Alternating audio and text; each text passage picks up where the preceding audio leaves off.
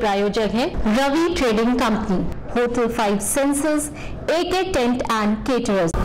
साईं प्रणाम, city one में आपका स्वागत है। आप देख रहे हैं दिन भर, मैं हूं सुजीत सिंह। आगे बढ़ने से पहले वैश्विक महामारी कोरोना संक्रमण से बचने के लिए सिटी वन परिवार की तरफ से दर्शकों से अपील, सोशल डिस्टेंसिंग का पालन करें, घरों में रहें, सुरक्षित रहें। अब एक नजर सुर्खियों पर। 3 दिवसीय वेबिनार व सेमिनार में पहुंचे कृषि मंत्री ने कहा, पूर्वी उत्तर प्रदेश में किसानों के लिए हैं अपार संभावनाएं। सरकार के खिचड़ी तंत्र का किया इंडियन मेडिकल एसोसिएशन के चिकित्सकों ने विरोध, 1 दिन का किया कार्य बहिष्कार। कृषि मंत्री ने किसान आंदोलन पर कहा, ऑडी और मर्सिडीज से चलने वाले किसान नहीं। वीडियो कॉन्फ्रेंसिंग के जरिए बेसिक शिक्षा मंत्री राष्ट्रीय 3 दिवसीय संगोष्ठी में हुए शामिल, कहा युवाओं को शिक्षा से जोड़कर प्रदेश का किया जा सकता है उन्नति और विकास। तापमान कम हुआ तो रैन बसेरों में चाक चौबंद हुई व्यवस्थाएं, मुसाफिरों की सुविधाओं का रखा जा रहा है विशेष ख्याल। प्राणी विज्ञान विभाग में पूर्वांचल के सतत विकास को लेकर वेबिनार में विशेषज्ञों ने रखी अपनी राय। ठेली वालों को प्रतिबंधित पॉलिथीन मुहैया कराने वाले व्यापारियों से 4 किलो प्रतिबंधित पॉलिथीन ATF टीम ने किया जब्त। 45वीं बटालियन के पुरुष NCC कैडेटों ने चलाया सफाई अभियान। अखिल भारतीय विद्यार्थी परिषद के गोरक्ष प्रांत महानगर द्वारा महाराणा प्रताप इंटर कॉलेज में चलाया गया ट्रेनर ट्रेनिंग कैंप। और बांसगांव थाना प्रभारी द्वारा सपा कार्यकर्ताओं को पीटने के विरोध में जिला अध्यक्ष के नेतृत्व में SSP से मिला प्रतिनिधिमंडल, कार्रवाई की मांग। पूर्वांचल विकास बोर्ड दीनदयाल उपाध्याय गोरखपुर विश्वविद्यालय गोरखपुर के संयुक्त तत्वावधान में चल रहे 3 दिवसीय वेबिनार व सेमिनार के दूसरे दिन कार्यक्रम में पहुंचे प्रदेश के कृषि मंत्री सूर्य प्रताप शाही ने सेमिनार को संबोधित किया। कृषि मंत्री ने अपने संबोधन में कहा कि पूर्वी उत्तर प्रदेश में रोजगार की अपार संभावनाएं हैं। किसानों को उचित मार्गदर्शन और सुविधाएं मुहैया कराई जाए तो किसान देश की तरक्की और उन्नति में अपनी अहम भागीदारी निभा सकता है। संबोधन अपने में बहुत महत्वपूर्ण है। प्रधानमंत्री जी ने जो आज निर्णय किया है, ये दर्शा दे सकते हैं। MSP पर बार-बार प्रधानमंत्री जी ने कहा है कि जो फूड ग्रेड की खरीदारी MSP पर होती थी वो होती रहेगी, लेकिन अन्य चीजों के खरीदारी के लिए हमको मार्केट लिंकेज चाहिए, हमें मार्केट की संभावनाएं चाहिए, मार्केट का इंटेलिजेंस चाहिए, उसके लिए टेक्नोलॉजी चाहिए, उनके रखरखाव के लिए टेक्नोलॉजी चाहिए, उनके तुड़ाई के बाद रखे जाने के लिए टेक्नोलॉजी चाहिए। वो टेक्नोलॉजी आएगी कैसे? और जब तक नहीं आएगी तब तक किसान को सही कीमतें नहीं मिलेगी। जब तक वैल्यू एडिशन नहीं होगा तब तक किसान को सही कीमतें नहीं मिलेंगी। तो यह मैं समझता हूं कि इसके लिए एक ठोस आप रणनीति बनाएंगे, जो परिचर्चा हो रही है, और उसके माध्यम से जो पूर्वांचल के जो डेवलपमेंट के लिए सतत विकास के दृष्टि से जो यह गोष्ठी रखी गई है, आप सबने बहुत अच्छे सुझाव दिए। हमारे अपर मुख्य सचिव महोदय ने, प्रधानमंत्री जी का संकल्प था कि 2 गुना किया जा सकेगा, वह एक संकल्प पूरा होगा। और साथ ही साथ में खाद्य प्रसंस्करण इकाइयों के माध्यम से जब रोजगार स्थानीय स्तर पर खड़े होंगे, हमारे मुख्यमंत्री जी ने बार-बार इस बात को कहा है कि अब उत्तर प्रदेश का किसान, जो उत्तर प्रदेश का रहने वाला प्रवासी मजदूर के रूप में पलायन नहीं करेगा, और राज्य के भीतर हम संभावनाओं को तलाशेंगे, वह संभावनाएं पूरी की जा सकेंगी। इन्हीं शब्दों के साथ मैं आप सबको, जिन लोगों ने इस वेबिनार में शामिल हुए, फिर से AK सिंह जी को, देवेश चतुर्वेदी जी को, अपने जगदीश सिंह जी को और अन्य सभी श्रोताओं को कि आपने इतनी शांति से, धैर्य से मेरे को सुना, इसके लिए मैं हृदय से आपको धन्यवाद देता हूँ। मोमेंटो लेके इनका सम्मान।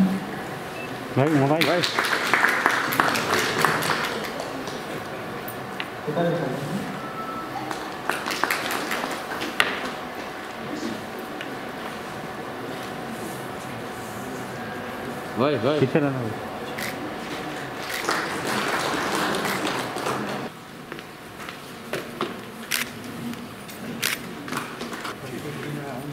देखिएगा इधर।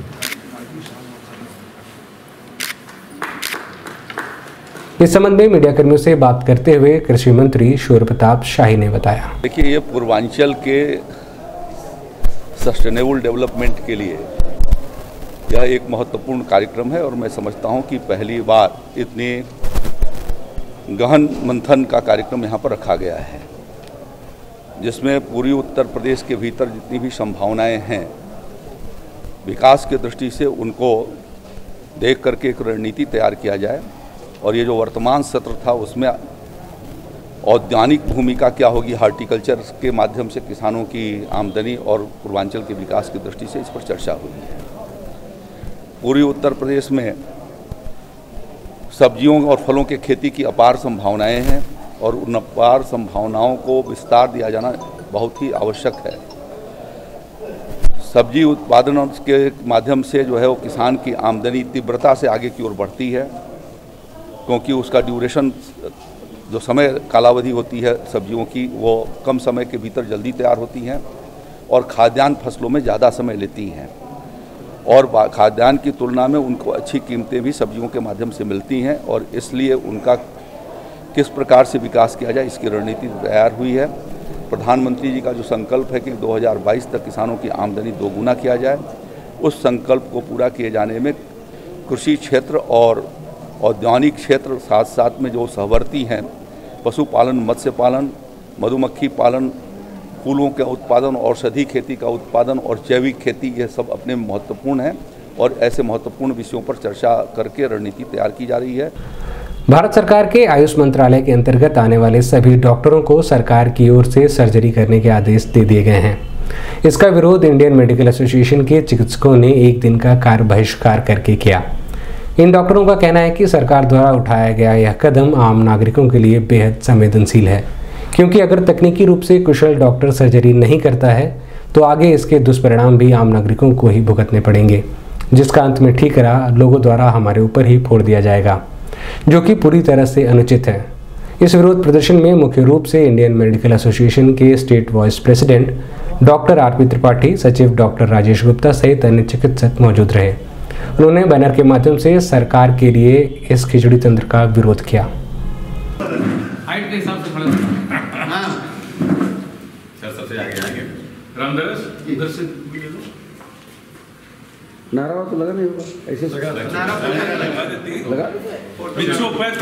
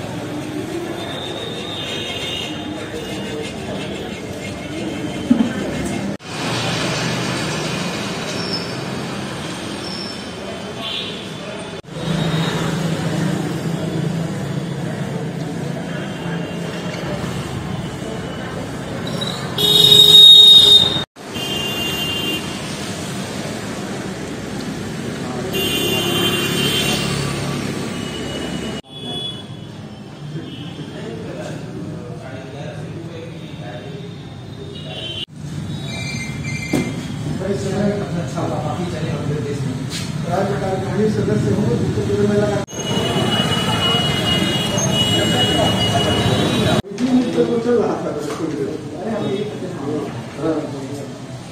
वापस आ गए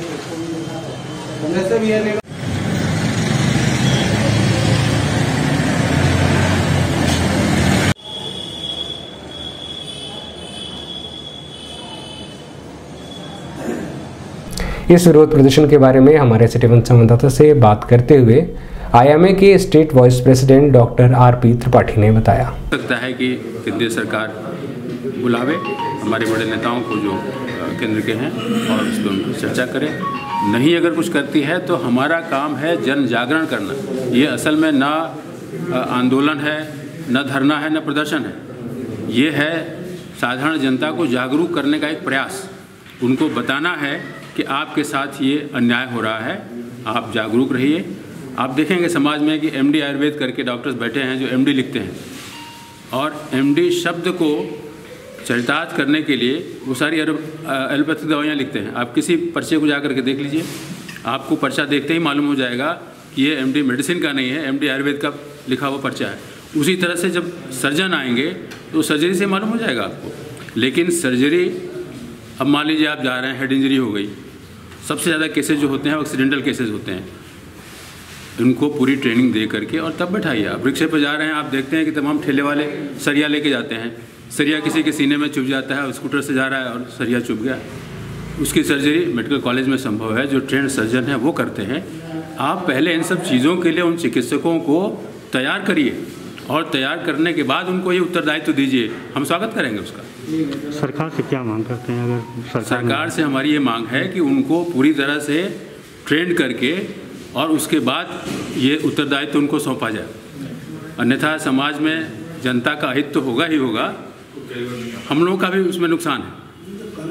हम लोगों का नुकसान इस तरह से है कि वो मरीज़ फिर अगर हमारे यहाँ आता है तो तोड़फोड़ हमारे यहाँ होगी, क्योंकि उसकी कैजुअलिटी हमारे यहाँ होगी। देश में किसान विरोधी बिल को लेकर चल रहे हंगामे पर उत्तर प्रदेश के कृषि मंत्री सूर्य प्रताप शाही ने कहा कि ऑडी और मर्सिडीज से चलने वाले किसान नहीं, बल्कि राजनीतिक पार्टी के बड़े नेता हैं। असली किसान तो खेतों में काम कर रहे हैं।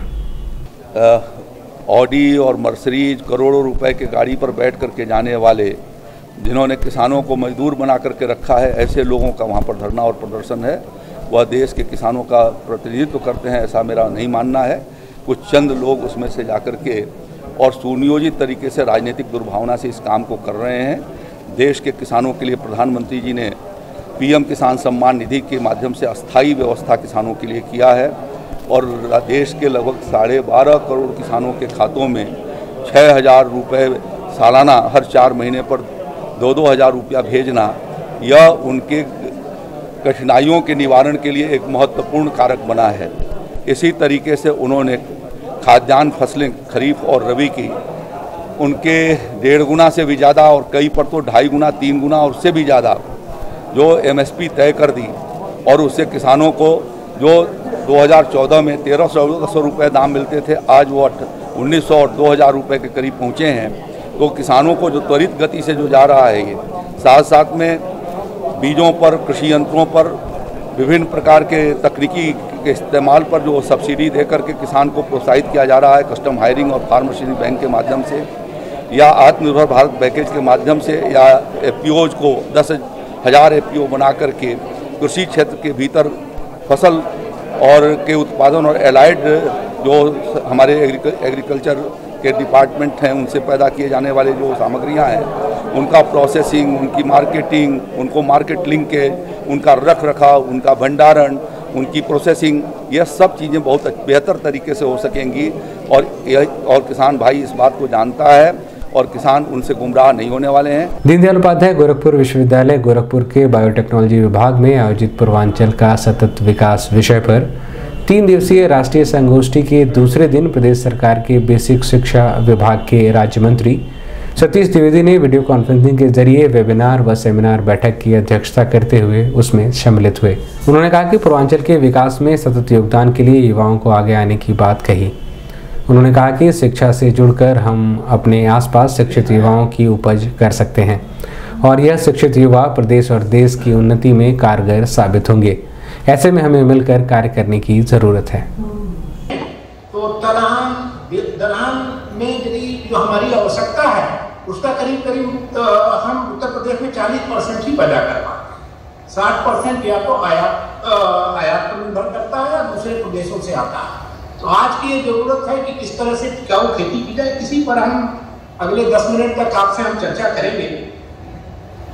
आप देखें तो दलहनी फसलें करीब 1 दर्जन दलहनी फसलें हैं, जिसमें कि एक तरह से कहिए बहुत रहे हैं। बड़ी खुशी है हमें कि वो हमारे बीच हैं।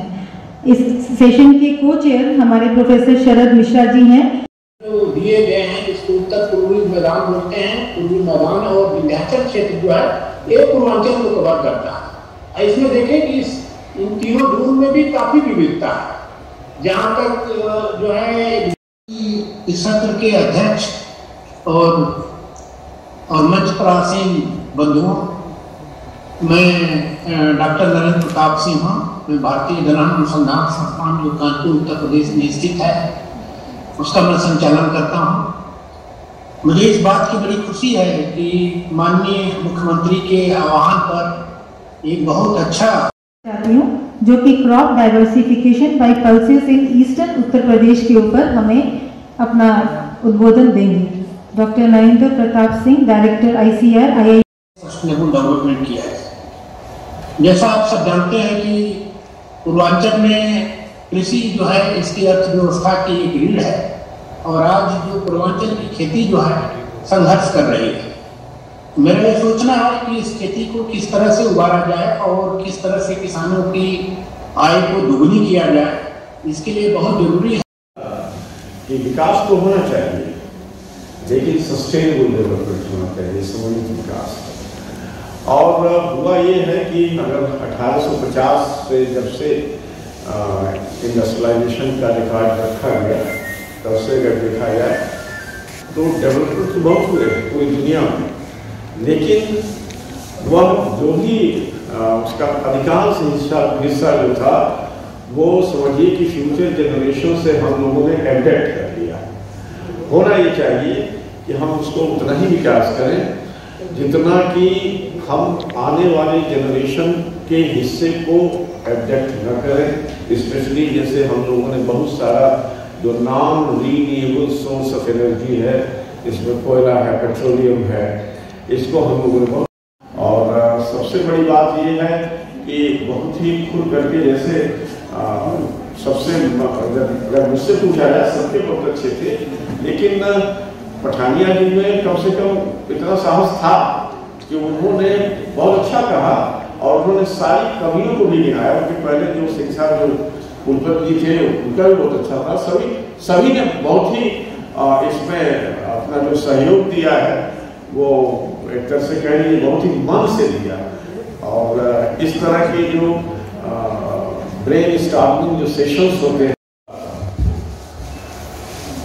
और निश्चित रूप से विश्वविद्यालय ये जो कार्यक्रम संपन्न कर रहा है, ये पूर्वी उत्तर प्रदेश के लोगों के लिए एक वरदान की तरह।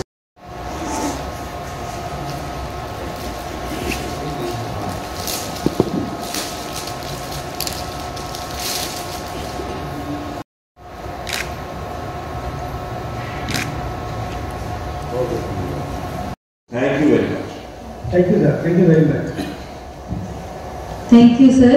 And now बीते 2 दिनों से मौसम में हुए अचानक परिवर्तन और शासनादेश के अनुसार रैन बसेरों में आने वाले मुसाफिरों के लिए व्यवस्थाएं चाक चौबंद कर दी गई हैं। प्रदेश के मुखिया योगी आदित्यनाथ ने निर्देशित किया है कि रैन बसेरों में आने वाले लोगों को किसी भी प्रकार की कोई समस्या ना हो, इस बात का विशेष ध्यान रखा जाए। साथ ही उनकी सुविधाओं के अनुसार ही सारी चीज़ें उपलब्ध कराई जाएँ, जिससे इस कड़कड़ाती ठंड में उन्हें राहत मिल सके। इस संबंध में नगर निगम की टीम ने शहर क्षेत्र के 13 रैन बसेरों में मुसाफिरों की सुविधाओं के अनुसार सारी सुविधाएं सुनिश्चित कराई हैं। रेलवे स्टेशन स्थित रैन बसेरे पर बड़ी संख्या में मुसाफिरों का आना जाना लगा रहता है। ऐसे में साफ बिस्तर, साफ शौचालय और शुद्ध पेयजल की व्यवस्था की गई है।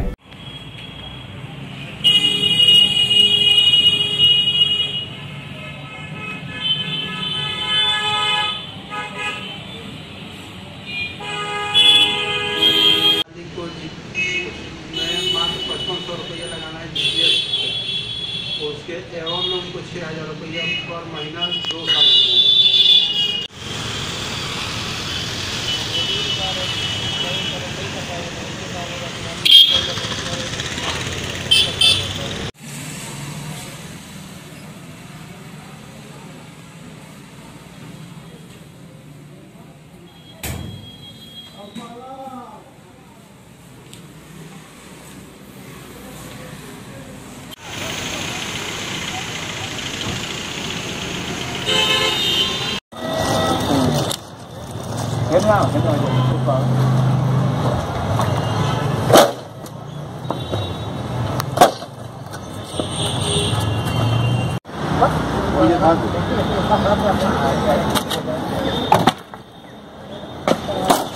अलावा वाले लोग आएंगे थोड़ी देर बाद। तो लो बात कर। इस संबंध में मीडिया कर्मियों से बात करते हुए नगर आयुक्त अंजनी कुमार सिंह व रैन बसेरा केयरटेकर जितेंद्र ने बताया। नगर निगम क्षेत्र में कुल 13 रैन बसेरे कार्यरत हैं और रैन बसेरों में सारी सुविधाएं यथासंभव प्रयास किया गया है कि सारी सुविधाएं उपलब्ध हैं आगंतुकों के लिए। रैन बसेरे हमारे 12 महीने काम करते रहते हैं और सर्दियों में उनमें संख्या स्वाभाविक रूप से बढ़ जाती है। प्रत्येक रैन बसेरे में साफ सुथरी चादरें, सोने की व्यवस्था और कंबल, अच्छे बाथरूम, साफ सफाई की व्यवस्था की गई है, गीजर की व्यवस्था की गई है। कुल मिलाकर आगंतुकों को कोई असुविधा न हो ऐसी सारी व्यवस्थाएं की गई हैं। इधर 1-2 दिन से तापमान में थोड़ी गिरावट आई है क्योंकि धूप नहीं निकल रही है, तो अलाव जलाने हमने आरंभ कर दिए हैं। जो भी पब्लिक प्लेसेज हैं जैसे बस स्टेशन है, रेलवे स्टेशन है और अन्य चौराहे जहाँ पर सामान्यतः लोग एकत्रित होते हैं किसी बाजार में, उन सब जगहों पर अलाव जलाया जा रहा है। ये Gorakhpur railway station 1 number gate. यहाँ पर रैन बसेरा में जो यात्री आते हैं उनको रहने के लिए किस तरह की सुविधा है यहाँ पर? देखिए साफ़ सुथरी चादर है, कंबल है और रजाइयाँ भी पड़ी हुई है। गर्म पानी से नहाने के लिए गीजर है और साफ सफाई के पूरा ध्यान दिया रखा जाता है और किसी तरह का असुविधा नहीं है। और मौसम में चेंज बदलाव आया है तो लॉ के लिए भी व्यवस्था करने जा रहे हैं। 2-3 दिन में वो भी हो जाएंगे। यानी मात्र अलाव की व्यवस्था में 2-3 दिन लगेगा जी। अभी वक्त है एक छोटे से ब्रेक का, मिलते हैं ब्रेक के बाद। गोरखपुर की विश्वसनीय दुकान रवि ट्रेडिंग कंपनी, टाइल्स एवं बाथ फिटिंग के फुटकर एवं थोक विक्रेता। सोमानी की all sanitary bath item, Somani का गीजर जिसकी गारंटी किसी भी कंपनियों से है ज्यादा। हमारे यहाँ उपलब्ध है 1 लाख तक के कम्बो। तो थोक और फुटकर विश्वसनीय खरीदारी के लिए जरूर आए।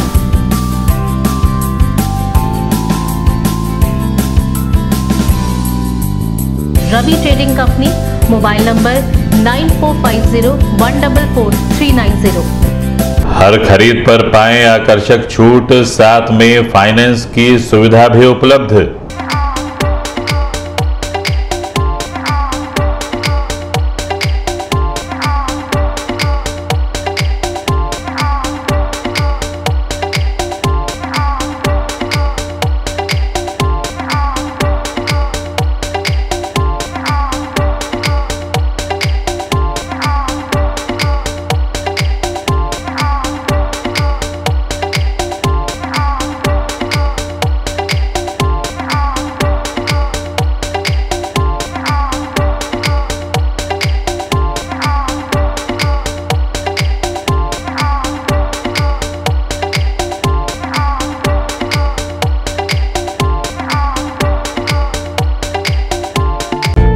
एके टेंट एंड केटरर्स।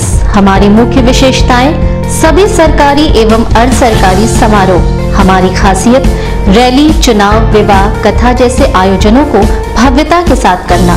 हमारे यहाँ उपलब्ध है जर्मन हैंगर वाले pandal, sound, light, LED, VIP stage, flower decoration और स्विस कॉटेज। संपर्क करें अमरीश श्रीवास्तव 9839016009 9935590811। ब्रेक के बाद आपका स्वागत है। आइए देखते हैं दिन भर। दीनदयाल उपाध्याय गोरखपुर विश्वविद्यालय गोरखपुर के प्राणी विज्ञान विभाग में पूर्वांचल के सतत विकास के लिए नियोजन कमीशन के साथ में विश्वविद्यालय परिवार वेबिनार के तहत पूर्वांचल के विकास को लेकर विभिन्न मुद्दों पर विशेषज्ञों द्वारा चर्चा की गई।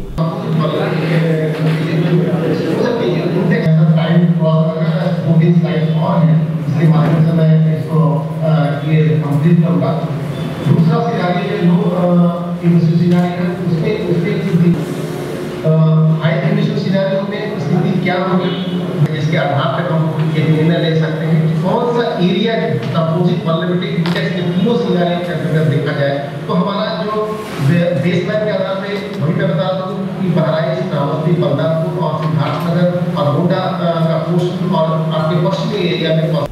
इस संबंध में सिटीवन संवाददाता से बात करते हुए प्रोफेसर डॉक्टर बीना कुशवाहा ने बताया। काफ़ी दूर दूर से लोग जुड़े हैं, कई इंस्टीट्यूट्स के डायरेक्टर्स जुड़े हैं और इसमें हम लोगों ने 5 मुख्य सेक्टर्स चिन्हित किए हैं। जैसे प्राथमिक सेक्टर जिसमें कृषि मुख्य है, सोशल सेक्टर जिसमें सूचना और प्रौद्योगिकी वगैरह आता है, मैन्युफैक्चरिंग यूनिट, वाटर सेक्टर, और इसके अलावा हम लोगों ने 4 विशेष सत्र भी बुलाए हैं और यहाँ इसमें कई तरह के विचार और विमर्श किए जाएंगे कि पूर्वांचल के सतत विकास में, हर क्षेत्र में सतत विकास में किस तरह से मतलब हम लोग अपना सहयोग दे सकते हैं। इसके अलावा नियोजन विभाग वाले हमको जो आज स्थिति है और जो स्थितियाँ पहले थी उनका एक कंपैरेटिव डाटा भी दे रहे हैं, जिससे कि हम लोगों को जागरूक कर सकें, लोगों को नई नीतियों, सरकार की नई नीतियों के बारे में बता सकें कि किस तरह से वो अपना विकास इन नीतियों के द्वारा कर सकते हैं। नगर निगम द्वारा गठित ETF टीम लगातार प्रतिबंधित पॉलिथीन के खिलाफ अभियान चलाकर जहां प्रतिबंधित पॉलिथीन को जब्त करने का कार्य कर रही है, वहीं प्रतिबंधित पॉलिथीन का कारोबार करने वाले कारोबारियों से जुर्माना वसूलने का कार्य भी किया जा रहा है। इसी क्रम में कार्रवाई करते हुए फुटपाथ पर ठेले वालों को प्रतिबंधित पॉलिथीन मुहैया कराने वाले व्यापारी के पास से लगभग 4 किलो प्रतिबंधित पॉलिथीन जब्त किया गया है। वहीं व्यापारी के ऊपर जुर्माना भी लगाया गया है। कौन दुकान है? कहाँ पकड़ा है?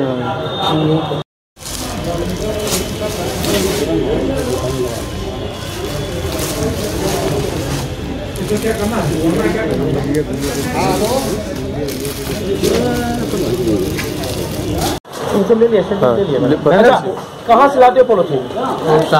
कहाँ, कौन सी दुकान से? लखासपुर से। दुकान का नाम कौन सा है? तो कितने दिन से कर रहे हो? 1 हफ्ता से। 1 हफ्ता। तुमको पता नहीं है पॉलिथीन प्रतिबंधित है? क्यों नहीं पता है? इस संबंध में मीडिया कर्मियों से बात करते हुए ETF अधिकारी SP शर्मा ने बताया, जो है करीब इसके पास 5-6 किलो होगा इसका पॉलिथीन। इसको कई दिन से वेट हमको खबर मिल रही थी कि ये साइकिल से और ये स्कूटी से ये पॉलिथीन सप्लाई करता है ठेले वालों को। तो हम इसको सिक्योरिटी लगा रखे थे और आज ये आया है कब्जे में।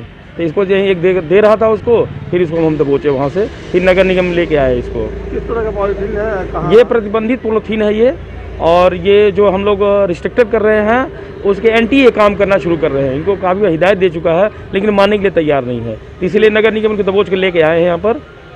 कुछ जुर्माना भी लगाया गया? हाँ, जुर्माना वेटिंग है, अभी साहब आ जाएंगे, उसको जैसा कहेंगे उचित उससे जुर्माना लगाया जाएगा। सेंट ड्यू डिग्री कॉलेज की 45वीं बटालियन के पुरुष NCC कैडेटों ने स्वच्छता अभियान के तहत अम्बेडकर चौक से शास्त्री चौक के बीच विशेष सफाई अभियान चलाकर महापुरुषों की मूर्तियों की सफाई की।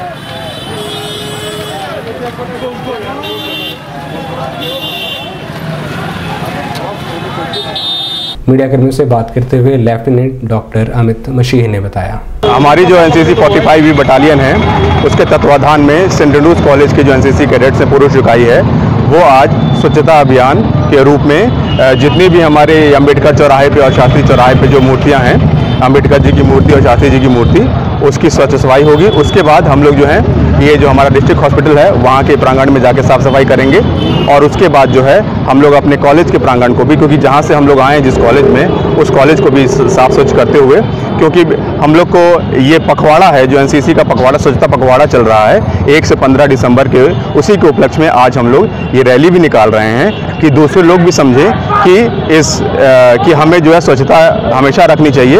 और ये रैली के बाद उसके बाद हम लोग बच्चों की परेड भी आज कराएंगे। महाराणा प्रताप इंटर कॉलेज के क्रीड़ा परिसर में मिशन साहसी के तहत ट्रेनिंग कैंप का आयोजन अखिल भारतीय विद्यार्थी परिषद द्वारा हर वर्ष की भांति इस वर्ष भी किया गया। गोरक्ष प्रांत के महानगर इकाई द्वारा विभिन्न विद्यालयों की छात्राओं को बुलाकर ट्रेनिंग कैंप के तहत ताइक्वांडो की बारीकियों को बताया गया है, जिससे वह अपने साथ ही अन्य छात्राओं को ट्रेनिंग देकर किसी भी असामाजिक तत्व के खिलाफ खड़ी होकर उसका सामना कर सकें। ठीक है, सॉन्ग पे attach and song 1 bold song 2 3 4 5 चलेगा 6 15 16 17 18 19 20 चेंज मिडिल लेवल में पंच करेंगे 1 2 3 4, 5, 6, 7, 8, 9, 10, 11, hold sound and power. 12, 13, 14, 15, 16, 17, 18, 9, 10. जो भी स्टेप हम कर रहे हैं, full 2, 3, 4, 5, 6, 7, 8, 9, 10, 11, 12, 13, 14, 15, 16, 17. मीडिया कर्मियों से बात करते हुए गोरक्ष प्रांत के प्रांत अध्यक्ष प्रोफेसर सुषमा पांडे ने बताया, लेकिन इस वर्ष कोविड होने के कारण परिस्थितियां थोड़ी बदल गई और क्योंकि परिसरों में छात्रा बहनें थोड़ा कम आ रही हैं और परिसर हमारे उस तरीके से जो है नहीं भरे हुए हैं विद्यार्थियों से, तो हमने इसको दृष्टिगत रखते हुए जो है इसका स्वरूप बदला है और ये मिशन साहसी, क्योंकि रानी लक्ष्मीबाई जी की याद में स्मृति में हम लोग इसको चलाते हैं और इसके लिए हमने इस बार जो है ट्रेनिंग कैंप रखा, जिसमें हम इस जो अभी आप देख रहे हैं ये गोरक्ष प्रांत की महानगर इकाई जो है वो इसको इस समय आयोजित कर रही है। इसमें हमने विभिन्न विद्यालयों से और महाविद्यालयों से छात्राओं को, बहनों को बुलाया है और उन्हें हम ट्रेनर के रूप में प्रशिक्षित करेंगे, जिससे कि वो जा करके अपने कॉलेज में पुनः छात्राओं को वो शारीरिक प्रशिक्षण देंगी, जिससे कि छात्राएं उसके लिए तैयार हों। तो अभी भी हमारा लक्ष्य, पहले तो हम लोग इसको लक्ष्य बनाते थे 40,000 50,000 ऐसे, हमारे इवन हमने गोरखपुर महानगर में भी 25,000 छात्राओं को हम लोग, गोरक्ष प्रांत में 40-45,000 छात्राएं हमारी प्रशिक्षित होती, लेकिन अब इस बार थोड़ा हमारा लक्ष्य उतना नहीं होगा, लेकिन हम अपनी इस जो है कार्य को, इतने सुंदर कार्य को हम जरूर परिसरों तक पहुंचाएंगे और हमारा लक्ष्य है कि 1000 से अधिक। बांसगांव थाना प्रभारी द्वारा समाजवादी पार्टी के बांसगांव विधानसभा अध्यक्ष राम अजूर मौर्य और राम प्रवेश यादव सहित अन्य कार्यकर्ताओं ने सर्वोदय इंटर कॉलेज कौड़ीराम के प्रांगण में घेर कर लाठियों से पीटे जाने के विरोध में समाजवादी पार्टी के जिला अध्यक्ष नगीना साहनी के नेतृत्व में सपा कार्यकर्ताओं का प्रतिनिधिमंडल वरिष्ठ पुलिस अधीक्षक जोगेंद्र कुमार से मिलकर उन्हें अपना ज्ञापन सौंपकर आरोपी थाना प्रभारी के खिलाफ कठोर कार्रवाई करने की मांग की है। इस दौरान सपा नेता जियाउल इस्लाम, अखिलेश यादव, एमएलसी संतोष यादव सहित बड़ी संख्या में सपा कार्यकर्ता मौजूद रहे। समाजवादी पार्टी जिंदाबाद जिंदाबाद जिंदाबाद, मुलायम हल्ला बोल, बंद करो बंद करो बंद करो, अरे गति नारा लगे थोड़ा सा, जिंदाबाद जिंदाबाद जिंदाबाद, बंद करो। दिन भर के इस अंक में बस इतना ही। अगले अंक में आपसे फिर मुलाकात होगी। साईं प्रणाम।